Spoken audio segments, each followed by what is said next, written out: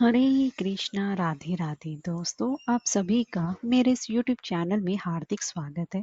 दोस्तों, आज की इस वीडियो में मैं आपको कार्तिक मास महात्म का 7वां अध्याय श्रवण करवाने जा रही हूँ। इसके पहले के 6 अध्याय मेरे चैनल पर अपलोड है, आप वहां पर जाके श्रवण कर सकते हैं। तो चलिए आज की कथा हम प्रारंभ करते हैं।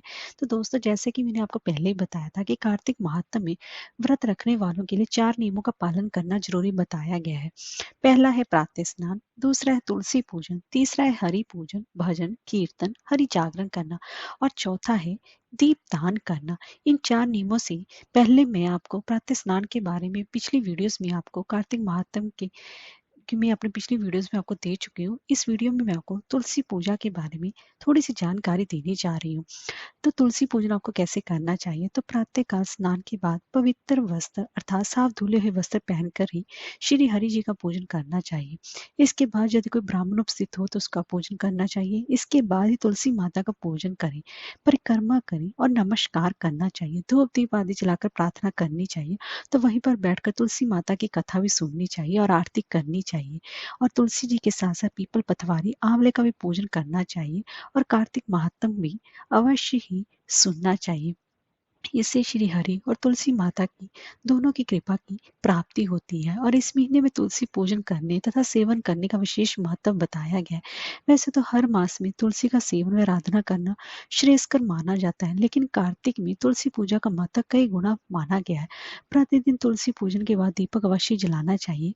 तुलसी के पौधे पर माँ लक्ष्मी का वास माना जाता है, इसीलिए तुलसी पूजन अवश्य ही आपको करना चाहिए। इससे घर में सुख संपन्नता की वृद्धि बनी रहती है। तो अब हम आगे की कथा 7वें अध्याय की प्रारंभ करते हैं। तब आगे नारद जी ने कहा कि हे राजन, कार्तिक मास में व्रत करने वालों के नियमों को मैं संक्षेप में बताता हूँ, उसे तुम ध्यान पूर्वक सुनो। व्रती को सब प्रकार की मांस, उड़द, राई, खटाई तथा नशीली वस्तु का त्याग कर देना चाहिए। व्रती को दूसरे का अन्न ग्रहण नहीं करना चाहिए, किसी से द्वेष भी नहीं करना चाहिए और तीर्थ के अतिरिक्त अन्य कोई यात्रा भी नहीं करनी चाहिए।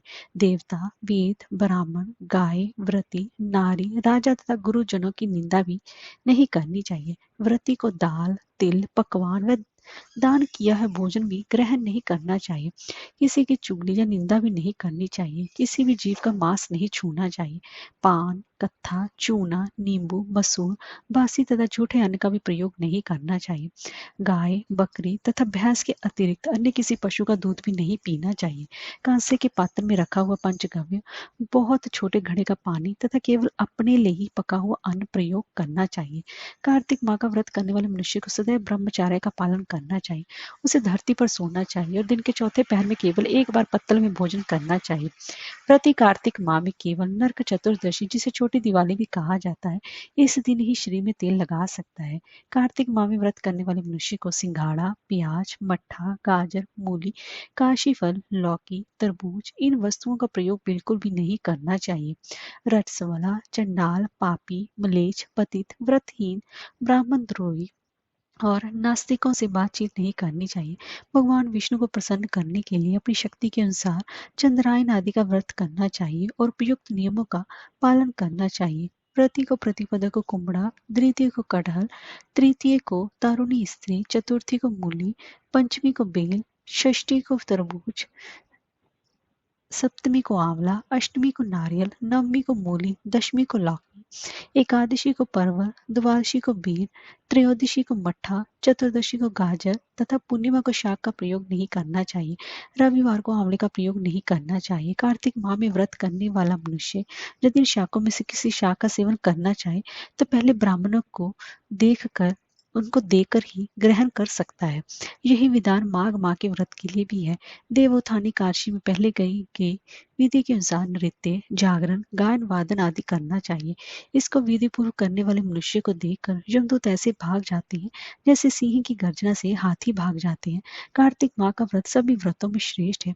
इसके अतिरिक्त जितने भी व्रत यज्ञ हैं वे 1000 की संख्या में किए जाने पर भी इसकी तुलना नहीं कर सकते, क्योंकि यज्ञ करने वाले मनुष्य को सीधा बैकुंठ की प्राप्ति होती करती है। जिस प्रकार राजा की रक्षा उसके अंगरक्षक करती हैं, उसी प्रकार कार्तिक माह का व्रत करने वाले की रक्षा भगवान विष्णु की आज्ञा से इंद्र आदि देवता करते हैं।